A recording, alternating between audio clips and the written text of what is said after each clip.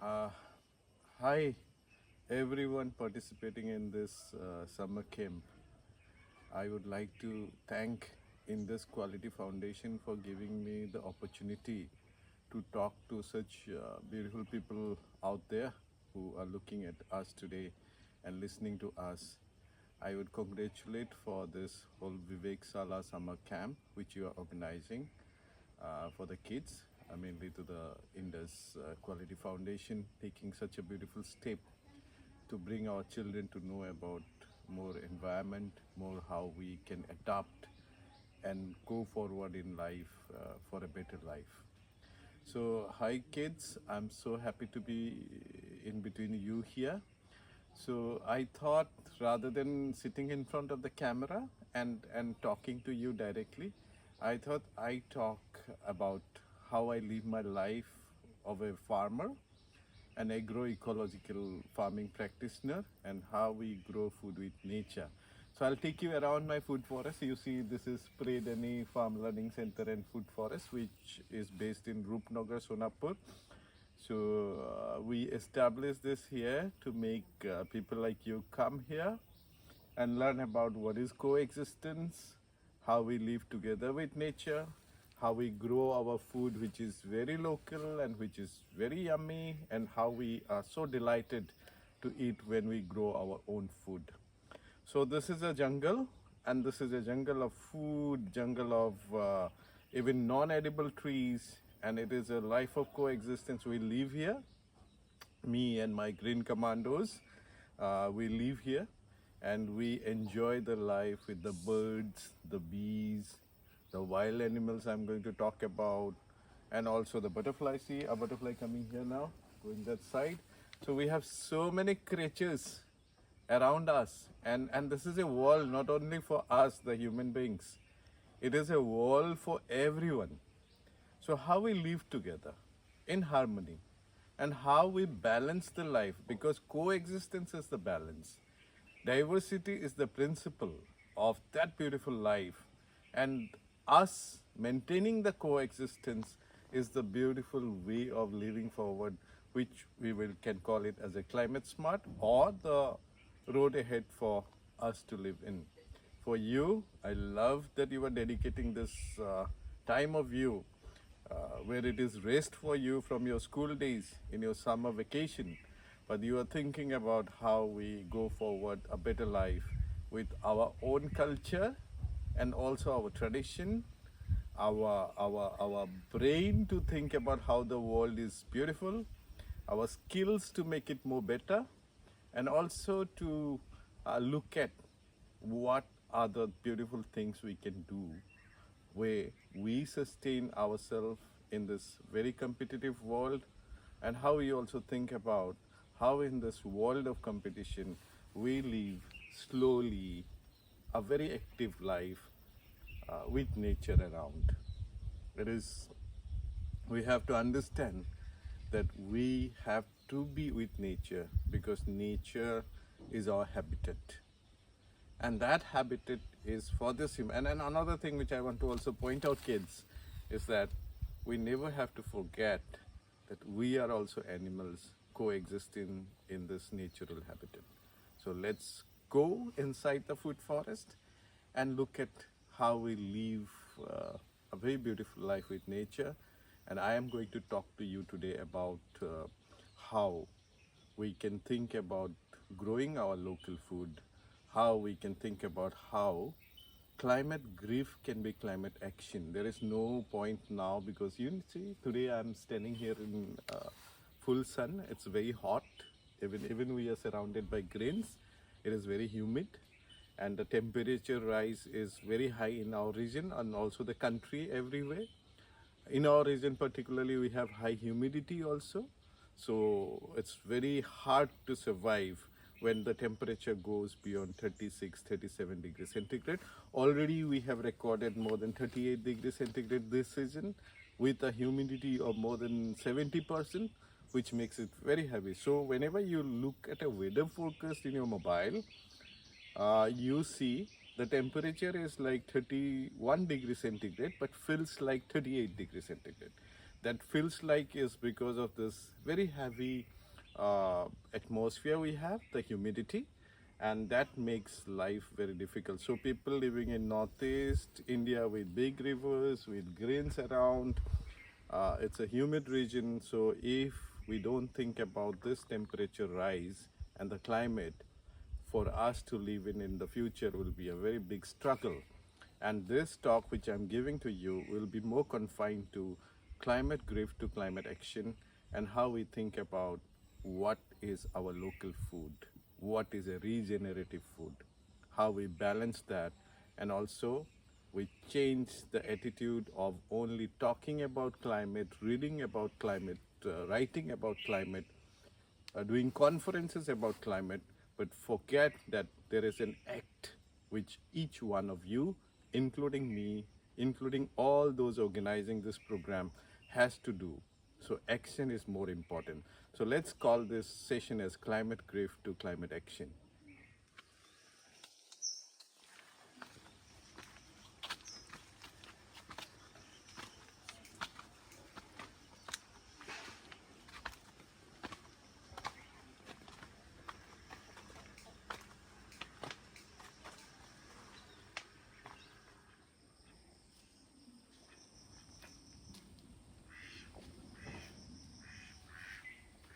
So let me first introduce myself. My name is Farmer Samir Bordoloi. I always write farmer in front of my name because I believe that, that people love to tell about their profession. So you see a doctor prefixing DR in front of their name. You see an engineer prefixing ER in front of their name. The professors love to write professors in front of their name. And every one of you dream to be that person, a doctor or an engineer or a professor or an IS officer. But every people, we have to eat food, and that food is grown by farmers like us. So why should I feel shy to call myself farmer? By making this world more about materials, more about not thinking about the coexistence, we have, what we have done is we have structured our whole work which we do into different levels and different modes. But we forget that the important things might be not of a very good education, but might be of very beautiful skills we have. So skills, when we develop with the education we are taking in our schools, can make us into a farmer or a doctor or an engineer. But what I want to tell you here is, we think that farmers are the future healers, farmers are the builders of our economy. Whole our society in the country is agrarian society. So now the farmers have to think about how they grow food very naturally, and they feel proud to call themselves as farmers. Because I'm going to talk to you about some kind of things which are moving around in our food industry when we talk about the industrialization of the food.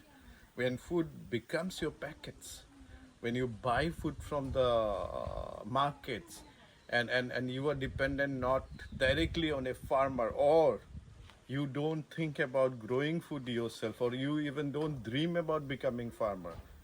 Kids, just think about, nobody sleeps without food.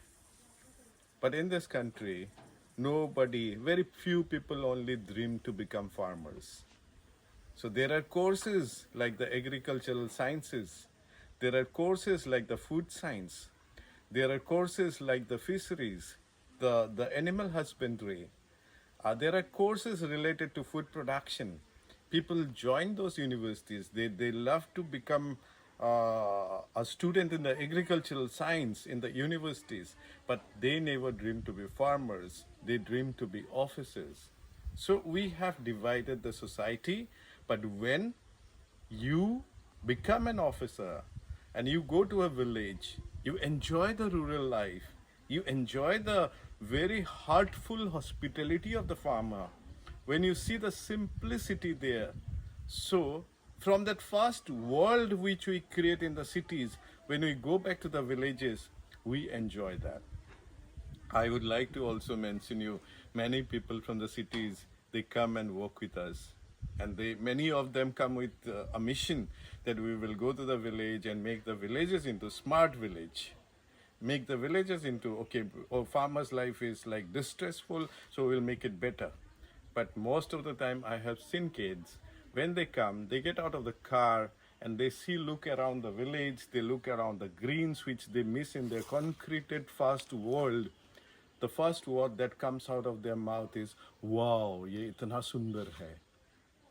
So there is, even God is showing us that there has to be a way where we can use our brain into a very sustainable living.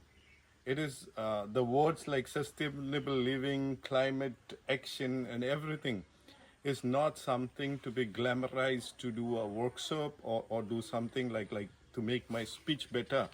But I think this has to be something which we have to understand, that your generation, even us here now, are in a stage of survival of the fittest, struggle for existence.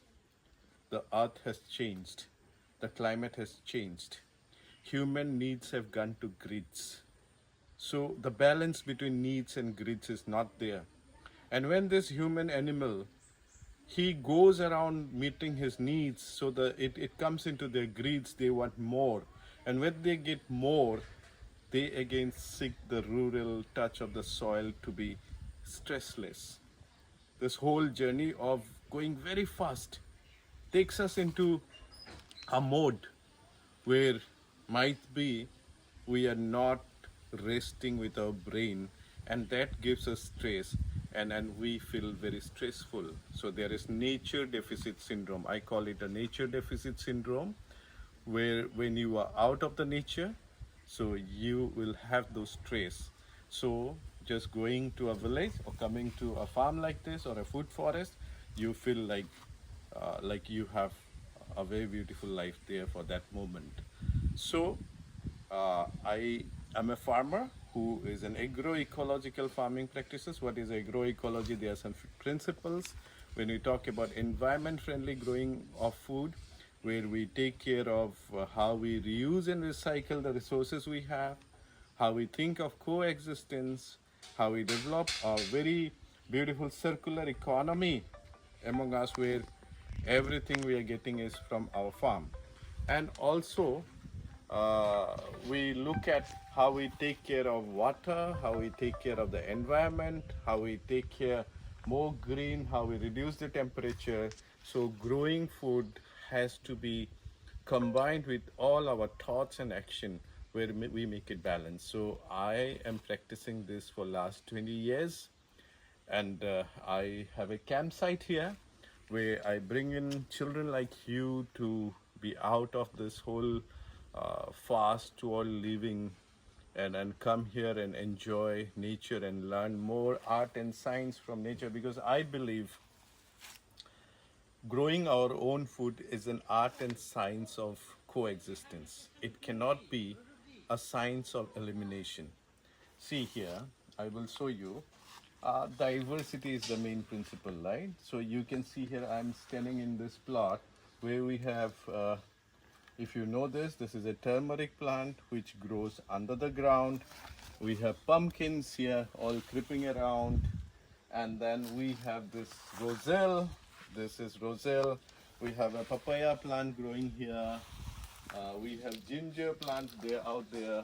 So it is all diversified. Chili plants are there. But I just want to show you that also non-edible plants like the grasses, which we many times scientists call them weeds. But these grasses are also, even these are not edible plants. These are not edible plants, but they are growing together into a very small, beautiful food forest.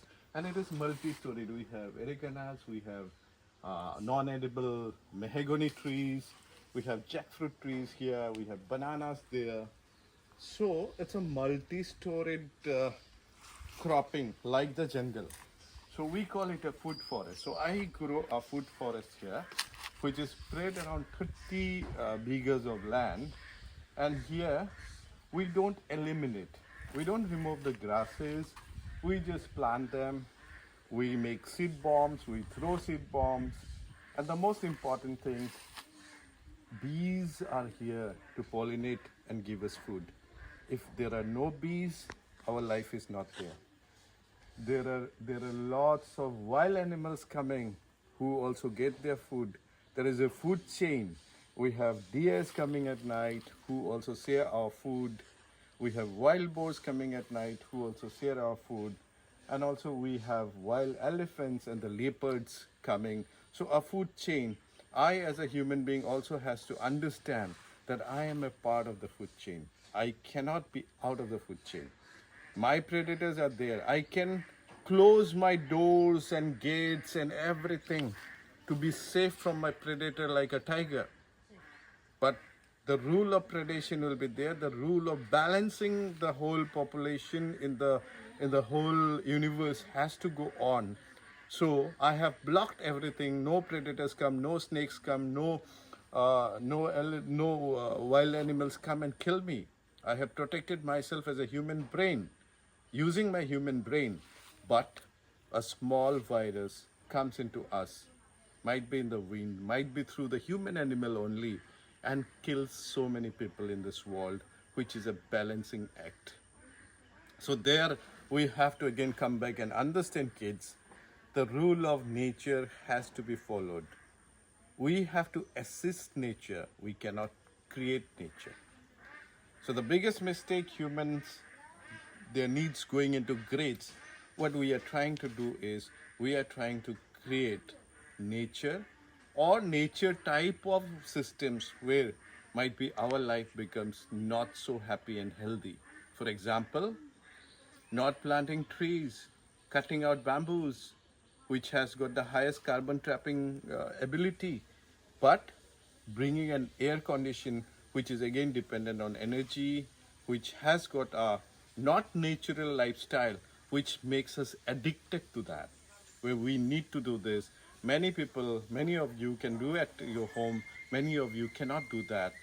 So if you look at the longevity of the lifestyle, the persons who cannot do it and who lives more with nature, they can live more beautiful, healthy life with adaptation, and also how they the resistance is developed. Because if you are put out into an artificial system of taking oxygen, if you are put out into an artificial system of eating food which is not grown in a plant, but it is a synthetic product coming up in a factory, so you become very susceptible to challenges that come. But the human child who grows with the nature in the raw environment, adapting to everything's coming, every change in the climate, have the resistance power more.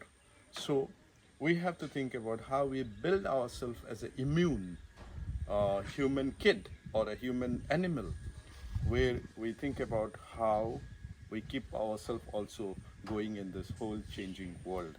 And the best recipe is of living a natural life. Our generation, the generations before us, we did many things with our brain. This human brain is like incredible. It can create so many wonders. We have done it. We have shown that okay, this machine can be made, this robot can be made, a car can go without a driver. Many things can happen, but your generation has to feel, because I feel that you all are at a stage of molting your skin like the snake does. When the snake have to adapt to the situation, they change their skin to adapt it. So like we change our clothes in different season. So might be in our lifestyle also, you kids have to think about how we now mold and adapt. And the best way of molting and adapt, a snake cannot change its skin in a very tiles room with air condition fitted there. But the snake can mold its skin in a rough or this whole natural habitat which God has given them to live in. So this is what we do, and I train my green commandos here in this wood forest. And when we do this, when I'm talking to you about the system, I would love to mention, kids, I am living this life which I'm telling you. It's not I'm talking from some books, or it's not. Might be books has shown me that there is a way. Might be reading the Sapiens has shown me that okay, life, how the life has to be, what actually the life is. Might be reading One Star Revolution has shown me the way, but books will show you the way, knowledge will give you the insight how you do it, but that is more practical when you adopt this and you do this. And doing that, we have a food forest now. We're very successfully, we are growing our local food crops inside the forest, not only for us, for the birds, for the bees, for the wild animals, for the domesticated animals, everything, and also the unseen world. We always, kids, we always not give importance to the unseen world. And that world is the world of the microorganisms under our feet, which maintains the soil, which maintains this beautiful environment. So let us explore more, and I'm going to talk to you about some very interesting fact about this food forest and the nature and our life together, and your climate action, which can be beautiful for this world.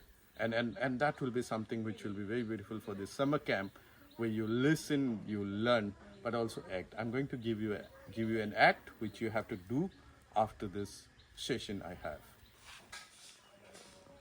Okay. So now I'm going to talk something about our food. So wherever we are born, God has given us some food to eat. And we have to explore those things as food which can regenerate. When I say regenerate, kids, what do I mean?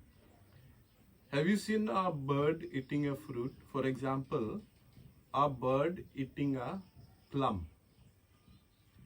And that, what happens? They eat the plum, and the plum seed is big, and then after eating the flesh, the seed will fall down the tree, and that seed will again come into a plant. And you have seen a bird eating fruits with small seeds. They eat the flesh with the seed, and they fly away, and in different places again they litter. And with their litter, again the seeds go into the soil, and again it comes into that fruit tree. So these are regenerative. The deer, the cows, the goats, they eat the grasses also with the seeds, and then they, when they defecate that, and in their dung, or the goat dung or the cow dung, and the seeds which are undigested comes around there in the soil, and with the rain it spreads out, and then we get the grass cover. Have you ever thought of that so many grasses grow in your lawn? Who plants them? They grow by themselves. There is regenerative process. And even God has given us some food wherever we are born. And for example, if you have seen the mulberry tree, we grow mulberry.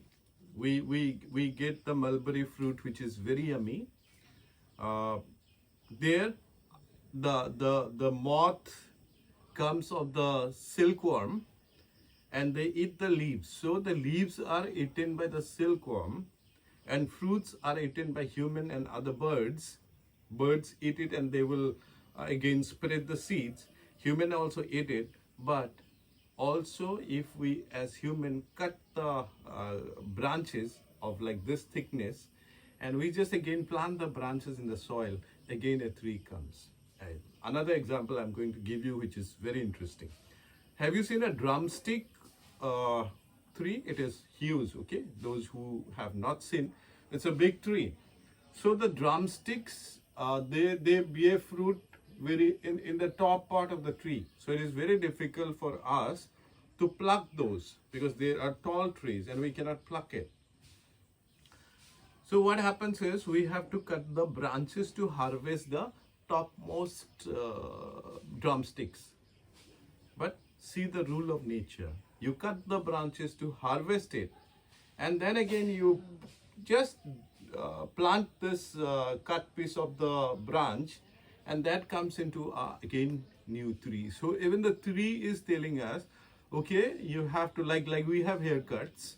You can cut my branch to have your fruit. I'm giving you that, and I know that you know the art and science, art of the trees of giving only, the art of giving that trees have, standing still in one position, which we have to learn many things out of that.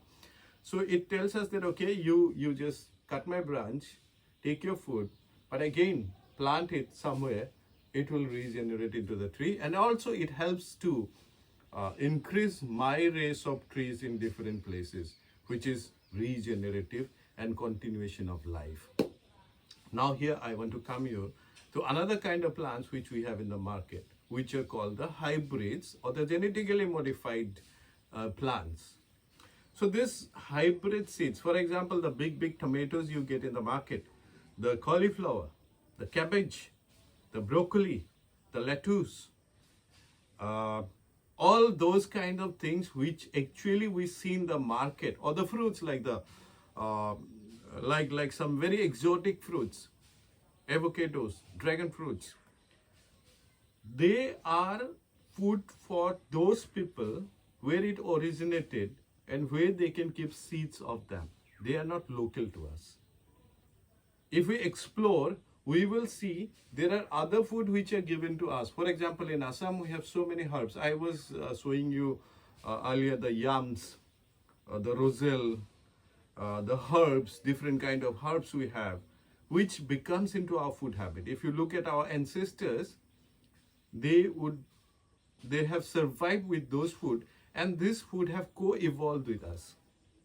Now this hybrids I was talking about, this is business. This is industrialization of food, where they think that they have to have the seeds. So they cannot keep the natural regenerative seeds because they have to sell seeds to the farmers.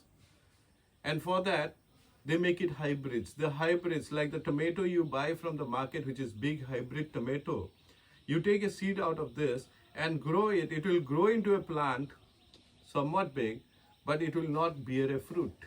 So it is, the gene in that is terminated to be regenerative because they want to sell the seeds every year. And the glamorization of that food is more available in the market. Marketing of those food is more done, so that you feel like, okay, this is food. For your generation kids, if I say cauliflower is not our local food, you will say, I love eating cauliflower, but you are saying that cauliflower is not local food. No. For us, we feel as a farmer, local food definition is that food which is regenerative through a seed. So, if you look at why we grow our food, most of the people will say that we grow our food for the fruit. Actually, that is the biggest mistake the human animal has done. Fruit or the food is not the end of the cycle of the plant. The end is the seed. You eat the mango, throw the mango seed, it comes into a tree. So the end is the seed. But we get the fruit which is very tasty, and that is what we need. So we don't look at the seed.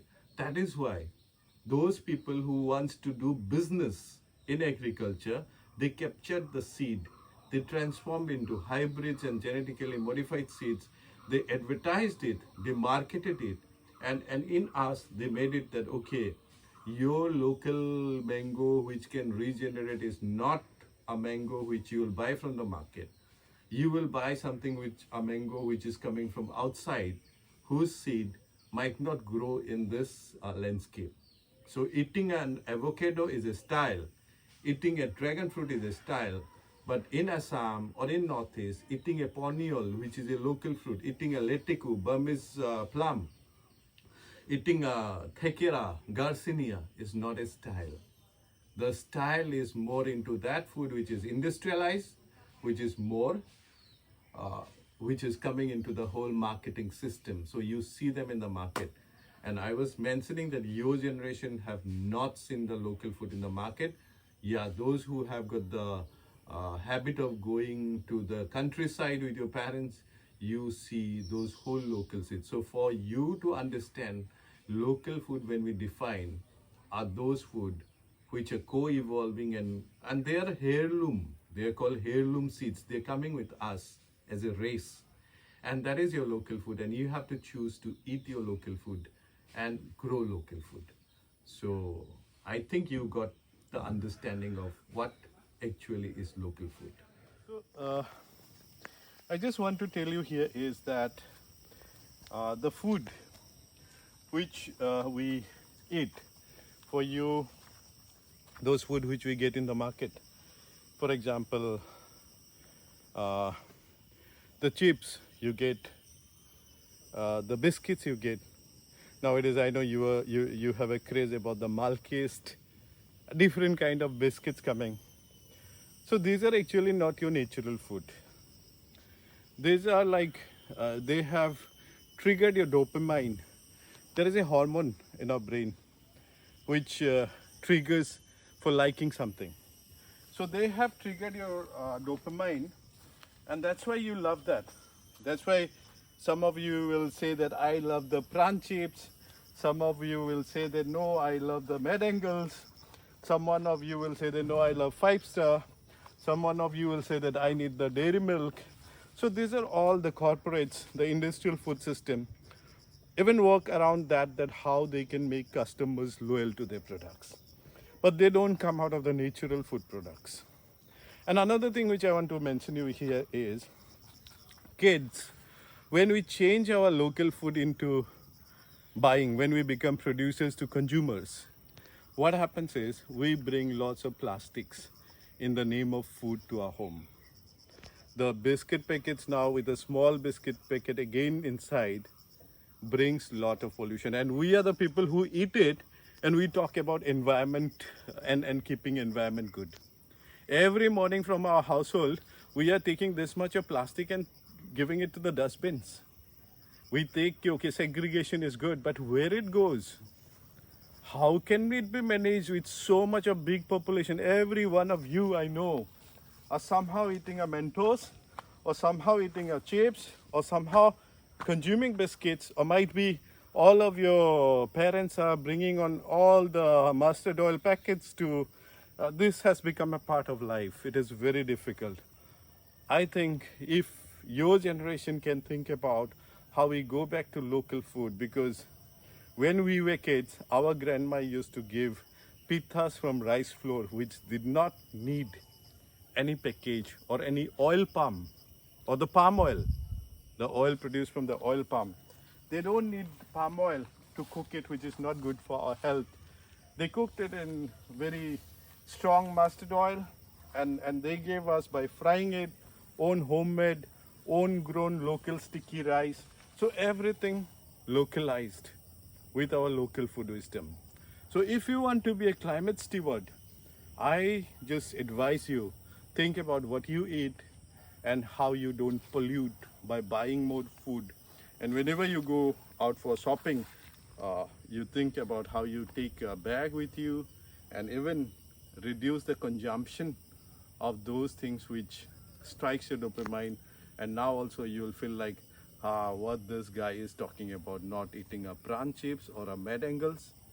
This is not normal behavior in this world which we have created. But we have to be abnormal to think about, okay, I live this, and I think about my Mother Earth and how we grow food with nature.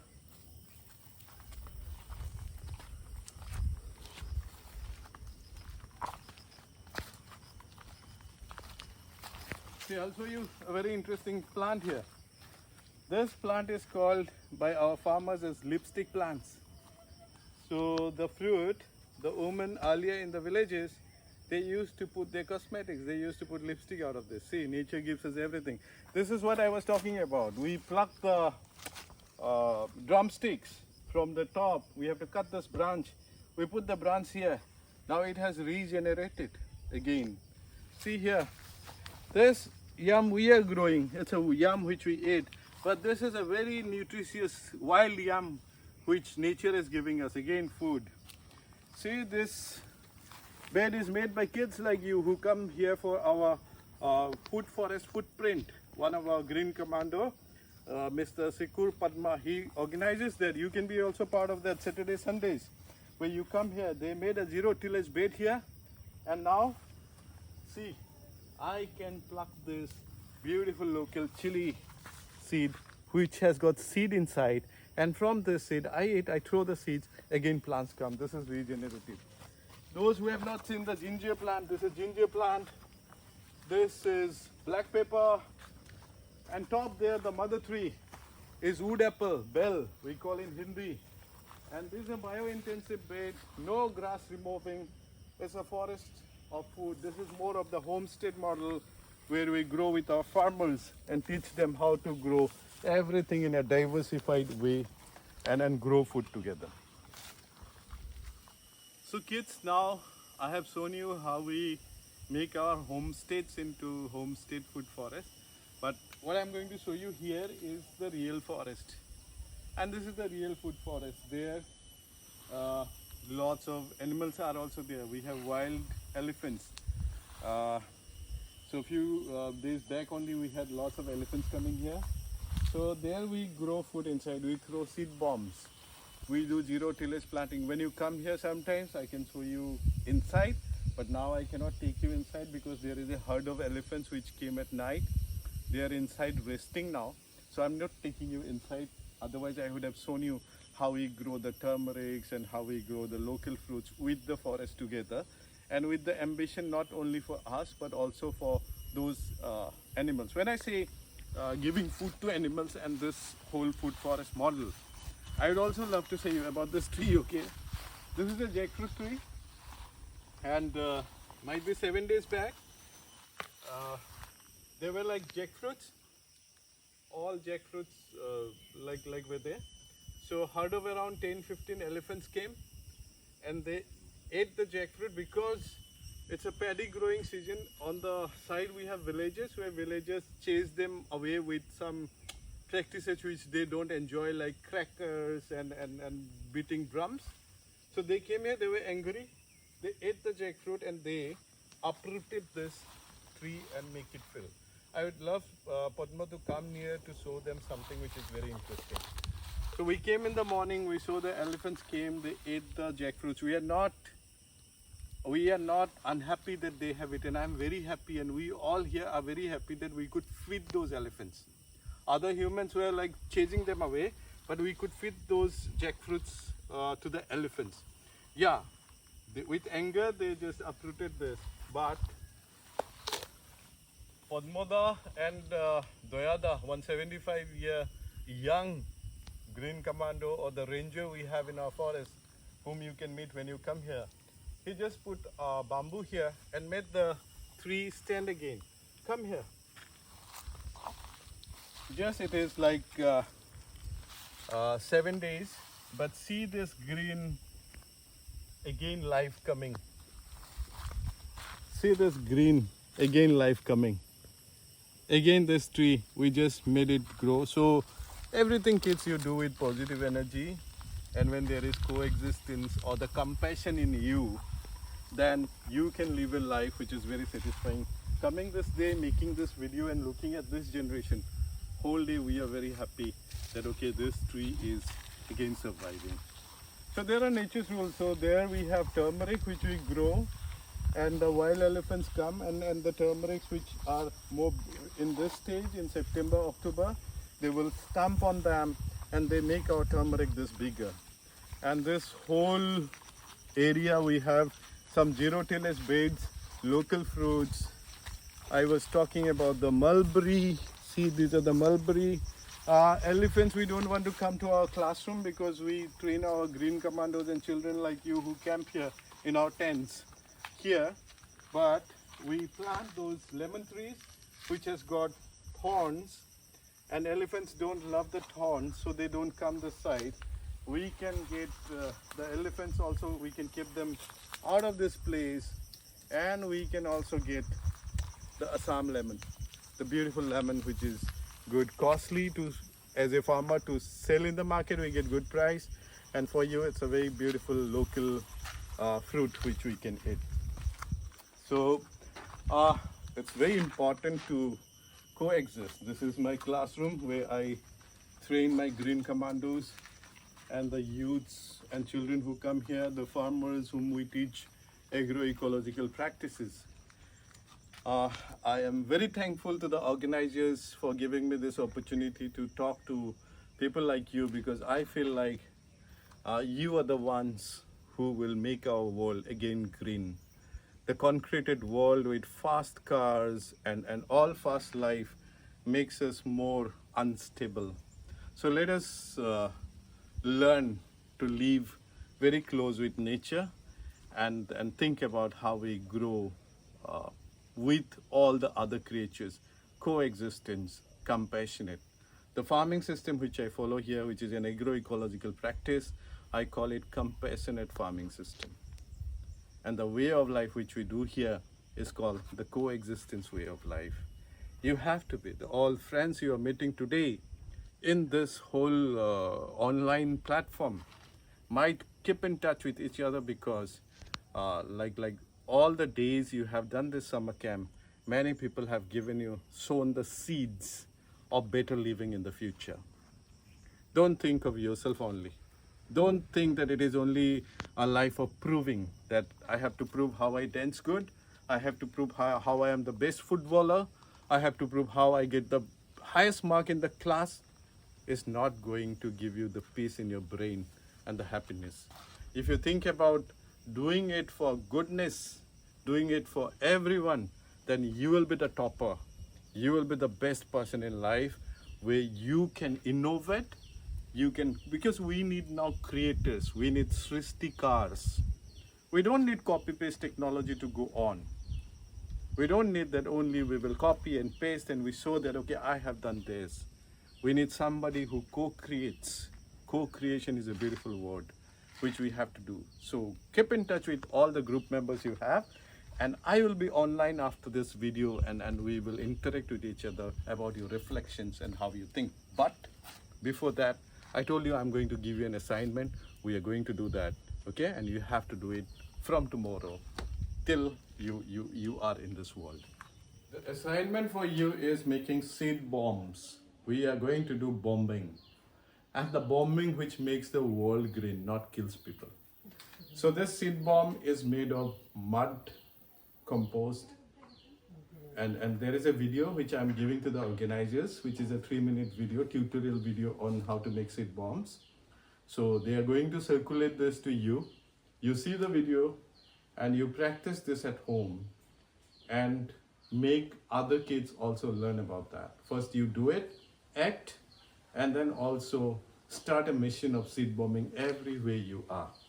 So the process is very easy with all the resources you have at home, and then you make this seed. And when you collect seeds, try to collect seeds which are edible and also non-edible. Don't be again selfish to only grow the things which you eat. Think about everything, all creatures, from the microbes, because many trees roots hold many microbes, many microorganisms. Like the Avatar movie you have seen, and you have learned about the Wood Wide Web. I don't have time, I know it's becoming longer, so someday I will come and talk about the Wood Wide Web and the world of the fungus and how it supports our food forest. But there are trees which supports the Wood Wide Web.